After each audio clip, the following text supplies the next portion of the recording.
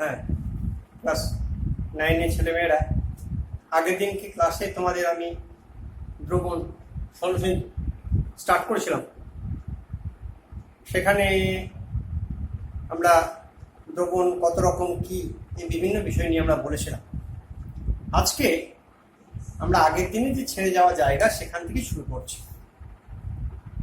অর্থাৎ আজকে আমরা যেখানে শুরু করবো সেটা হচ্ছে তরলে কঠিন ও গ্যাসের দ্রাব্যতা। দ্রবণ পড়াতে গিয়ে আমরা একটা কথায় আসছিলাম, যেটা হচ্ছে যে দ্রাবকের মধ্যে দ্রবীভূত হয়। কোনো একটা তলপথে একটা নির্দিষ্ট তাপমাত্রায় যত খুশি দ্রবীভূত হতে পারে এটা ঠিক না। অর্থাৎ নির্দিষ্ট তাপমাত্রায় একটা দ্রাবকে দ্রাব গ্রহণ করার একটা লিমিট থাকে। যেমন ধরো, যেটা বলেছিলাম যে একটা কাঁচের গ্লাসে জল নিয়ে চিনি গুলতে থাকলাম। 1 চামচ চিনি দিলাম, গুলে গেল। 2 চামচ চিনি দিলাম, গুলে গেল। 3 চামচ চিনি দিলাম, গুলে গেল। তারপর দেখা যাচ্ছে 4 চামচ চিনি যখন দিচ্ছি তখন দেখা যাচ্ছে কিছু পরিমাণ চিনি গ্লাসের নিচে পড়ে রয়েছে। এই যে চিনি, অতিরিক্ত যে চিনিটা নিচে পড়ে থাকছে, সেইটাকে সরিয়ে দিয়ে উপরের যে দ্রবণ আমরা উৎপন্ন করলাম সেটা হচ্ছে সম্পৃক্ত দ্রবণ। এখানে আমরা বলেছিলাম যে একটা নির্দিষ্ট তাপমাত্রা নির্দিষ্ট পরিমাণ দ্রাবকে নির্দিষ্ট পরিমাণ দ্রাব দ্রবীভূত হয়। অর্থাৎ দ্রাবকের মধ্যে দ্রাব দ্রবীভূত হবে, এটা দুটো বিষয়ের উপর ডিপেন্ড করবে। এক হচ্ছে উষ্ণতা, 2 হচ্ছে তরলের পরিমাণ অর্থাৎ দ্রাবকের পরিমাণ। তাহলে আমরা কি বলতে পারি? বলতে পারি যে একটা নির্দিষ্ট তাপমাত্রায় 100 গ্রাম দ্রাবকে সর্বোচ্চ যত গ্রাম দ্রবীভূত হয়ে একটা সম্পৃক্ত দ্রবণ উৎপন্ন করে, তাহলে ওই গ্রাম সংখ্যাকে দ্রাবকে দ্রাব্যতা বলে। তাহলে দ্রাব্যতা সমান আমরা আগের দিন লিখেছিলাম, দ্রাব্যতা সমান দ্রাবের ভর বাই দ্রাবকের ভর ইন্টু 100। দ্রাব্যতা সমান দ্রাবের ভর বাই দ্রাবকের ভর ইন্টু 100। তাহলে এই যে রিলেশনটা আমরা পেলাম, অর্থাৎ একটা নির্দিষ্ট পরিমাণ দ্রাবকের মধ্যে কত গ্রাম দ্রবীভূত হচ্ছে তার শতকরা পরিমাণ, হিসেবটাকে আমরা দ্রাব্যতা বলব। তাহলে দ্রাব্যতা কি? দ্রাব্যতা হচ্ছে দুটি ভরের অনুপাত, সুতরাং এটা একটা সংখ্যা মাত্র। আমরা এই দ্রাব্যতা বলতে গিয়ে কি বলেছিলাম না, 40 ডিগ্রি সেন্টিগ্রেড তাপমাত্রায় 40 ডিগ্রি সেন্টিগ্রেড তাপমাত্রায় পটাশিয়াম নাইট্রেটের দ্রাব্যতা 65। তার মানে তাহলে এই তাপমাত্রাটা ফিক্সড। দ্রাব্যতা বলতে গেলে তাহলে আমরা তাপমাত্রার কথা উল্লেখ করছি এবং উল্লেখ করতেই হবে, কারণ দ্রাব্যতা তাপমাত্রা ডিপেন্ডেন্ট, উষ্ণতার উপর নির্ভর করে। উষ্ণতা কম বেশি হলে পরে দ্রাব্যতা কম বেশি হবে। 40 ডিগ্রি সেন্টিগ্রেড তাপমাত্রায় পটাশিয়াম নাইট্রেট দ্রাব্যতা 65 বলার অর্থই হচ্ছে যে 40 ডিগ্রি সেন্টিগ্রেড তাপমাত্রায় 100 গ্রাম দ্রাবকে মানে জলে 65 গ্রাম পটাশিয়াম নাইট্রেট দ্রবীভূত হবে। অর্থাৎ 100 গ্রাম জলে 65 গ্রাম পটাশিয়াম নাইট্রেট দ্রবীভূত হবে এবং দ্রবীভূত হয়ে এটা একটা সম্পৃক্ত দ্রবণ উৎপন্ন করবে। তাহলে দ্রাব্যতার কথা বলার সময় তাহলে টেম্পারেচারের কথা বলছি আর সম্পৃক্ত দ্রবণের কথা বলছি। অর্থাৎ ম্যাক্সিমাম যতটা পরিমাণ দ্রাব গ্রহণ করতে পারবে দ্রাবক, ঠিক ততটা পরিমাণ দ্রাব সেখানে থাকতে হবে। তাহলে এই হচ্ছে দ্রাব্যতা। এই দ্রাব্যতা সম্পর্কিত বেশ কিছু অঙ্ক দেখবে তোমাদের বইয়ে আছে, সহায়িকা বইও তো পাবে। তোমরা অঙ্কগুলোকে দেখবে, খুব সহজ অঙ্ক আছে। এই ফর্মুলাটা ব্যবহার করেই ম্যাক্সিমাম অঙ্ক দেখবে হয়ে যাবে। যদি কিছু অসুবিধা থাকে তোমরা আমাকে বলবে, গ্রুপে বা হোয়াটসঅ্যাপে আমাকে জিজ্ঞেস করবে, আমি তোমাদেরকে বলে দেবো। এইবার দেখো, এই যে দ্রাব্যতা, এই দ্রাব্যতা কোন কোন বিষয়ের উপরে নির্ভর করে সেটা আমি বলবো। তো প্রথমেই আমরা তরলে কঠিন পদার্থের দ্রাব্যতা নিয়ে বলছি, ঠিক আছে? তাহলে আমরা এখানটা একটু মুছে নিই। এই যে তরলে কঠিন পদার্থের দ্রাব্যতা সাধারণত দুটো বিষয়ের উপর নির্ভর করে। এক হচ্ছে উষ্ণতা,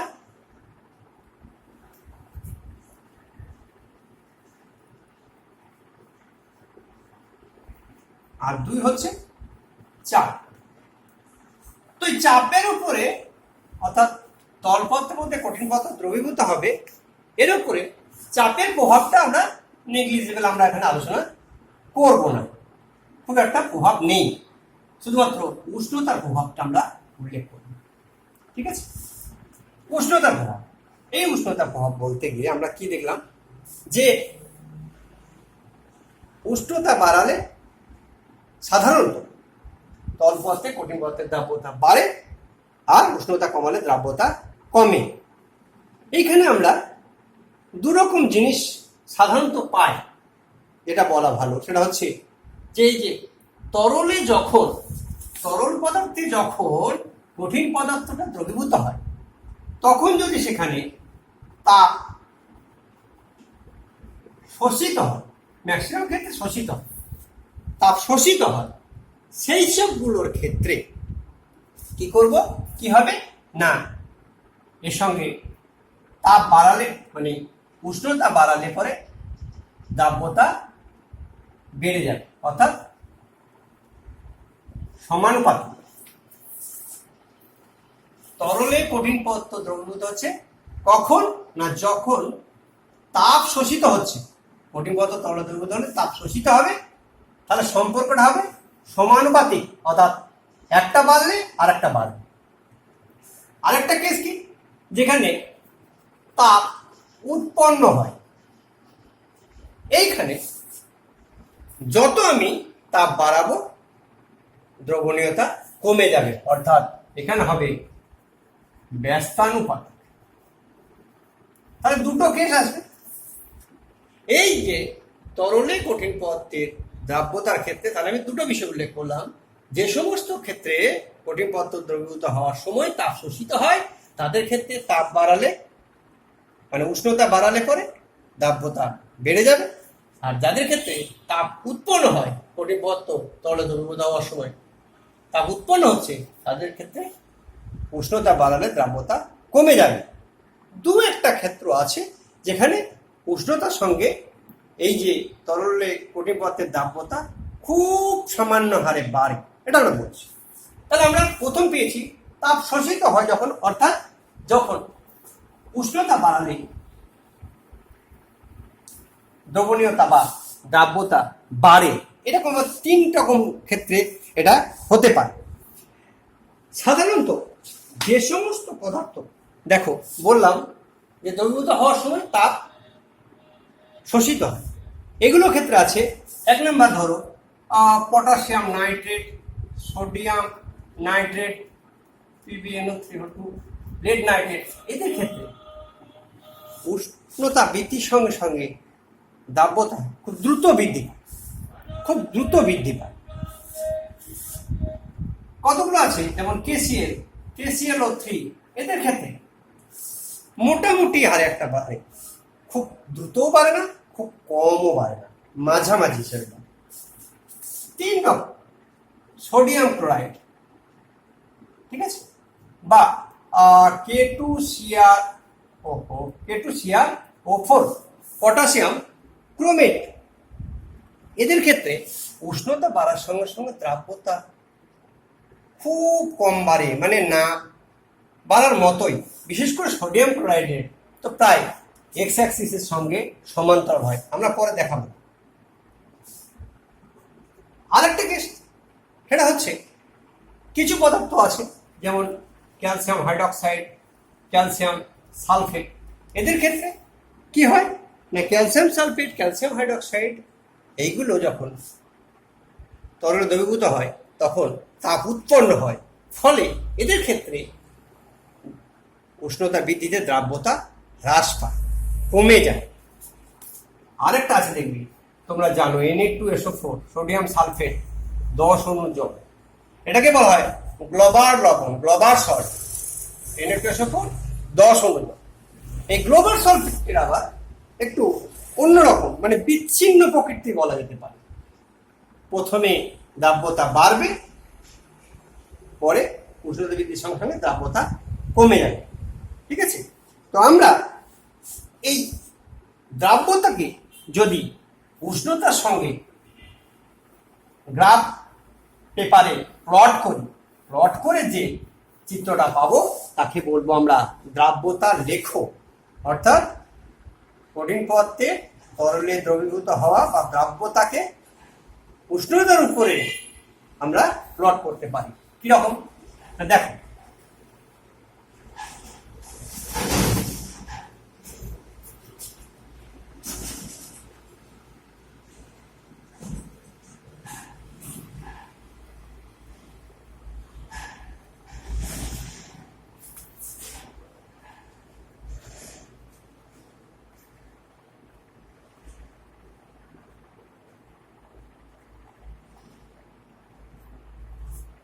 ঠিক আছে? তাহলে আমরা এইদিকে করলাম উষ্ণতা, আর এইদিকে করলাম দ্রাব্যতাকে এইদিকে প্লট কর। তাহলে আমরা দেখি প্রথমেই যেটা পাবো পটাশিয়াম নাইট্রেট। এই পটাশিয়াম নাইট্রেট, এই চলে, এটা হচ্ছে পটাশিয়াম নাইট্রেট। অর্থাৎ কি বলেছিলাম, পটাশিয়াম নাইট্রেটে উষ্ণতা বৃদ্ধির সঙ্গে সঙ্গে দ্রাব্যতা খুব দ্রুততার সঙ্গে বাড়ে, এবং দেখো প্রায় এই 40 ডিগ্রি সেন্টিগ্রেডের কাছাকাছি এটা এসে 65, এখানে 60, মানে এটা যদি আমরা এরকম প্লট করি, এই যে 65। নেক্সট আমরা আরেকটা কি দেখাতে পারি না, দেখালাম যে পটাশিয়াম ক্লোরাইড। ঠিক আছে? পটাশিয়াম ক্লোরাইড এটা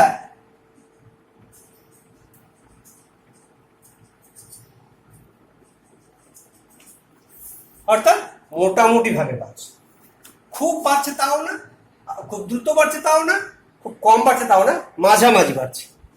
নেক্সট আমরা কি বলেছিলাম, সোডিয়াম ক্লোরাইড।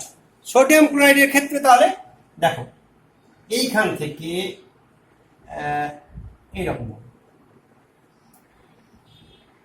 মানে এই যে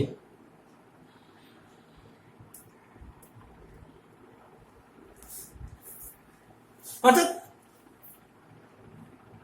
এই যে রেখাটার সঙ্গে এক্স অ্যাক্সিসের সঙ্গে সোডিয়াম ক্লোরাইড থাকে। অনেক সময় পরীক্ষায় পড়ে যেমন একটি পদার্থের নাম লেখো যার উষ্ণতা বৃদ্ধির সঙ্গে সঙ্গে দ্রাব্যতার কোনো হেরফের হয় না, তোমরা সোডিয়াম ক্লোরাইড লিখলেও কিন্তু এটা সঠিক উত্তর হবে। ঠিক আছে?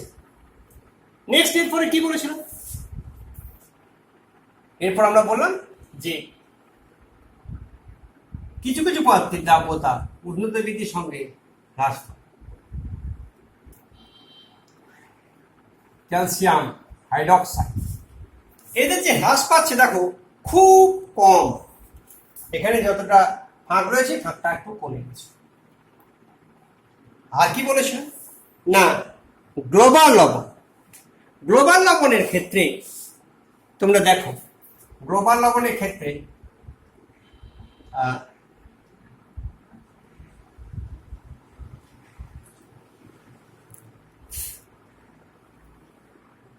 এইটা Na2SO4 10 ওয়াটার, এটা গ্লোবাল লবণ। দেখো গ্লোবাল লবণের 32.4,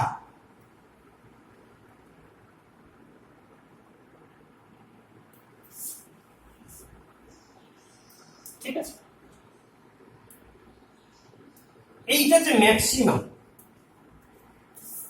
অর্থাৎ গ্লোবাল লবণ এই পর্যন্ত তার উষ্ণতা বৃদ্ধির সঙ্গে দ্রাব্যতা বৃদ্ধি পেল 32.4 ডিগ্রি সেন্টিগ্রেডের ম্যাক্সিমাম, তারপরে এটা আস্তে আস্তে কমে যায়।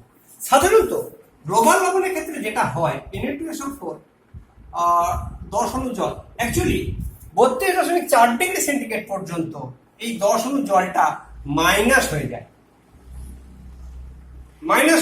এই যে সোডিয়াম সালফেট যেটা পড়ে থাকে, অর্থাৎ 32.4 ডিগ্রি পর্যন্ত বলতে পারি আমরা সোডিয়াম সালফেট 10 অণু জলে গ্রাফ, আর পরের গ্রাফটা হচ্ছে Na2SO4, এটা বিচ্ছিন্ন প্রকৃতির। তাহলে আমরা এইভাবে একটা গ্রাফ কাগজে আমরা OY বরাবর উষ্ণতা এবং OX বরাবর উষ্ণতা এবং OY বরাবর যদি দ্রাব্যতাকে প্লট করি, তাহলে পরে এরকম একটা লেখ পাবো, তাকে আমরা বলবো দ্রাব্যতা লেখ। এই দ্রাব্যতা লেখের বৈশিষ্ট্য কি না, দ্রাব্যতা লেখ দেখে, ধরো কারো আমি দ্রাব্যতা লেখ দেখছি, দেখে আমি কে কার দ্রাব্যতা বেশি কম তার একটা স্টাডি করতে পারছি যে হ্যাঁ পটাশিয়াম ক্লোরাইড দ্রাব্যতা উষ্ণ বৃদ্ধির সঙ্গে দ্রুত বৃদ্ধি পায়, পটাশিয়াম ক্লোরাইডের বৃদ্ধি পায় কিন্তু খুব দ্রুতও নয় আবার খুব ধীরেও নয়। সোডিয়াম ক্লোরাইডের খুব ধীরে ধীরে বাড়ে, সোডিয়াম সালফেটের প্রথমে বাড়ে পরে কমে যায়, ক্যালসিয়াম হাইড্রক্সাইডের কমে যায়। অর্থাৎ দ্রাব্যতা লেখ থেকে কঠিন পদার্থে তরলে দ্রবীভূত হওয়া বা দ্রাব্যতা সম্পর্কে আমরা একটা সাধারণ ধারণা পেতে পারি। তাহলে এটা গেল তরলে কঠিন পদার্থে দ্রাব্যতা। নেক্সট,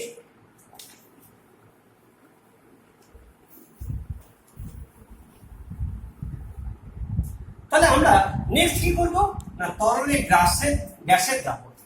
অর্থাৎ এই গ্যাসের ক্ষেত্রে তরলে যেমন কঠিনের দ্রাব্যতার ক্ষেত্রে নির্দিষ্ট তাপমাত্রার কথা শুধু বলছিলাম, এখানে চাপের কথা বলবো। একটা নির্দিষ্ট তাপমাত্রায় এবং নির্দিষ্ট চাপে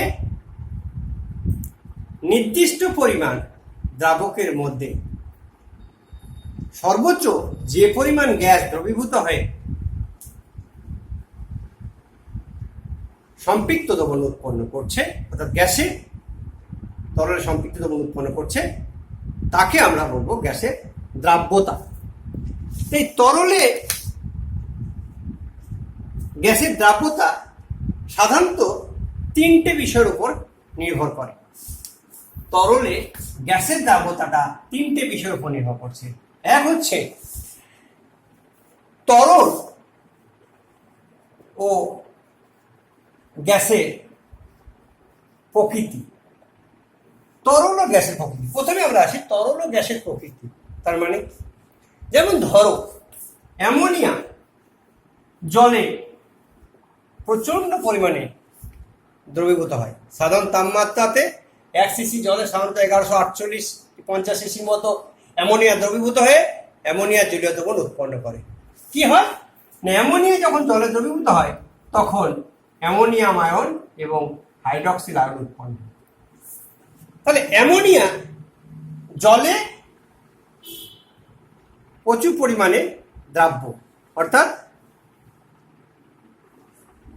অ্যামোনিয়া জলে খুব বেশি মাত্রায় দ্রবীভূত হতে পারে, কিন্তু অন্য কোনো তরল অর্থাৎ বেনজিন বা ক্লোরোফর্মে যদি আমরা অ্যামোনিয়াকে দ্রবীভূত করি তাহলে এইভাবে দ্রবীভূত হবে না। তাহলে তরল এবং গ্যাসের প্রকৃতির উপরে নির্ভর করছে গ্যাসের দ্রাব্যতা। দ্বিতীয়ত উষ্ণতা। দেখো উষ্ণতার একটা ব্যাপার আছে, কিরকম না, উষ্ণতার সঙ্গে এই গ্যাসের দ্রাব্যতাটা আবার একটু অন্যরকম সম্পর্কিত। যদি উষ্ণতা বাড়ায় তাহলে তরলে গ্যাসের দ্রাব্যতা কমে যাবে, আর উষ্ণতা কমালে দ্রাব্যতা বেড়ে যাবে।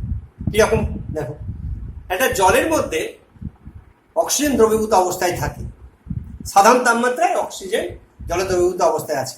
এইবার যদি আমরা এই জলকে উত্তপ্ত করতে থাকি তাহলে দ্রবীভূত অক্সিজেনটা বেরিয়ে যাবে। তাহলে কি হলো, তাপমাত্রা বৃদ্ধির সঙ্গে সঙ্গে গ্যাসের তরলে দ্রবণীয়তাটা কমে গেল। 3 নাম্বার আমরা আছি চাপ। ঠিক আছে, এই চাপ সম্পর্কিত কি বলবো না, নির্দিষ্ট তাপমাত্রায় চাপ বাড়ালে তরল দ্রাবকে গ্যাসের দ্রাব্যতা বাড়ে। কি বললাম? নির্দিষ্ট তাপমাত্রায় চাপ বাড়ালে তরল দ্রাবকে গ্যাসের দ্রাব্যতা বাড়বে, আর চাপ কমালে দ্রাব্যতা কমবে। স্থির তাপমাত্রায় কোনো নির্দিষ্ট তরলে, স্থির তাপমাত্রায় কোনো নির্দিষ্ট তরলে মানে নির্দিষ্ট আয়তনের তরলে দ্রবীভূত গ্যাসের পরিমাণ গ্যাসটির ওপর প্রযুক্ত চাপের সঙ্গে সমানুপাতিক হয়। কি বললাম? নির্দিষ্ট তাপমাত্রায় নির্দিষ্ট আয়তনের তরলে দ্রবীভূত গ্যাসের উপর চাপের যে সম্পর্ক সেটা সমানুপাতিক। এটিকে হেনরির সূত্র বলা হয়। হেনরির সূত্র কি? নির্দিষ্ট তাপমাত্রায় নির্দিষ্ট আয়তনের তরলে দ্রবীভূত গ্যাসের পরিমাণ চাপের সঙ্গে সমানুপাতিক। এইটাকে কাজে লাগিয়ে কি করা হয় দেখো, তোমরা জানবে যে সোডা ওয়াটার প্রস্তুত করার সময় কার্বন ডাইঅক্সাইড গ্যাসকে উচ্চ চাপে বোতলের মধ্যে জলের মধ্যে দ্রবীভূত করে সোডা ওয়াটার প্রস্তুত করা হয়। আবার যে চাপটা আমি হ্রাস করে দেব তখন দেখা যায় কি হিসিস শব্দ করে বুদবুদ আকারে কার্বন ডাইঅক্সাইড গ্যাসটা সেখান থেকে বেরিয়ে চলে আসে। তাহলে এই হলো তোমাদের তরলে কঠিন এবং তরলে গ্যাসের দ্রাব্যতা, সেই সম্পর্কিত উষ্ণতার প্রভাব, চাপের প্রভাব এবং পার্টিকুলার চাপের প্রভাবটা গ্যাসের দ্রাব্যতার ক্ষেত্রে এবং তরল গ্যাসের প্রকৃতির উপর।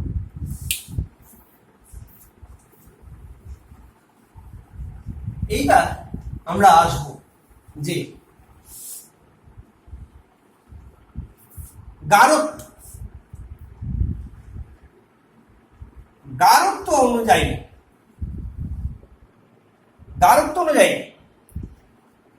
দ্রবণ তিন প্রকার। এক,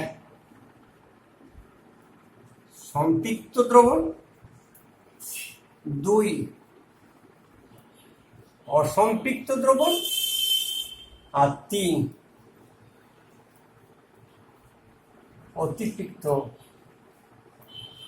দ্রবণ। Saturated, unsaturated, super saturated.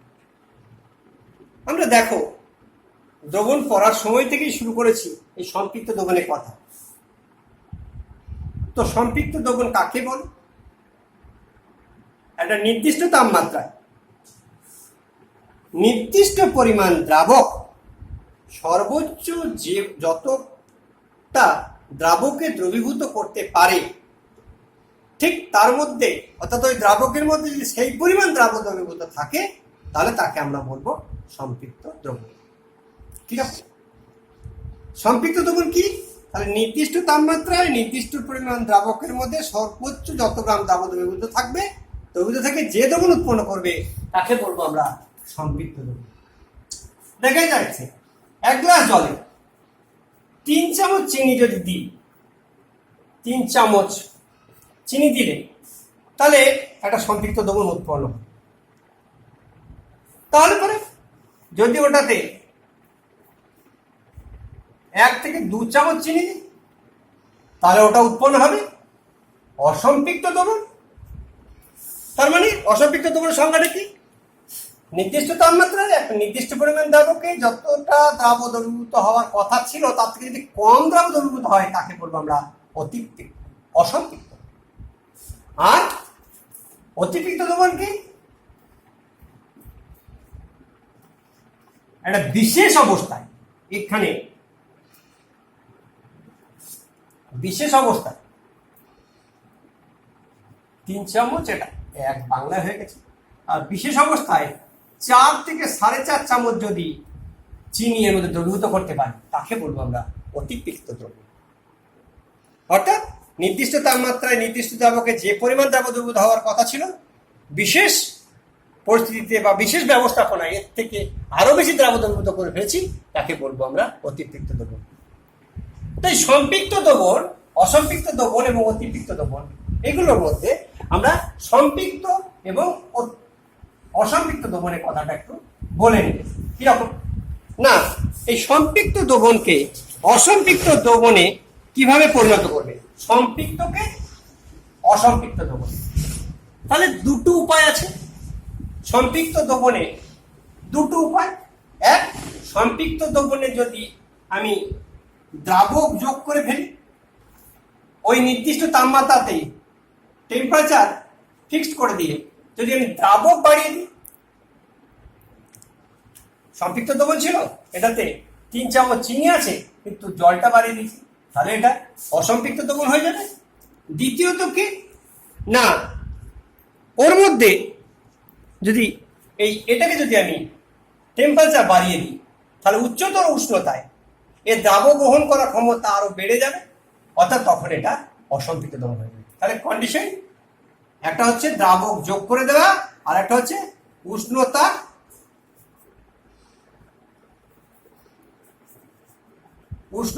বাড়িয়ে দেওয়া।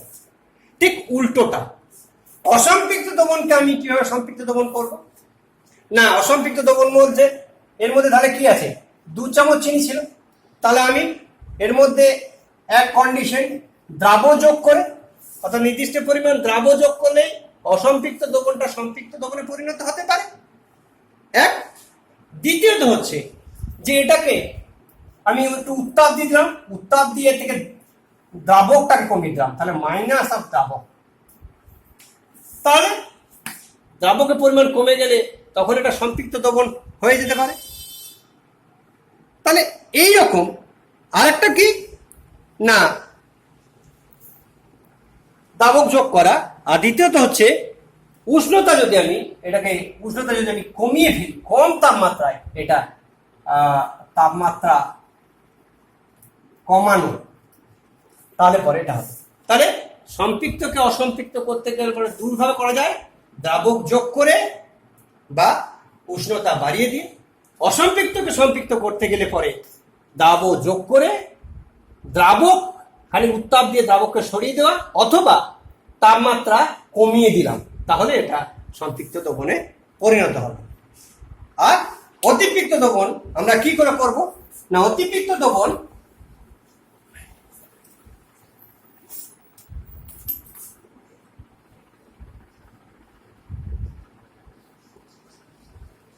আচ্ছা, অতিপৃক্ত দ্রবণ আমরা কি করে করব আমরা নেক্সট ক্লাসে এটা করে নেব অতিপৃক্ত দ্রবণটা, তার সঙ্গে ক্লাস ঢুকবে, তাহলে তখন সুবিধা হবে অতিপৃক্ত দ্রবণটা করলে পরে। তোমরা এই অবধি দেখবে, ঠিক আছে।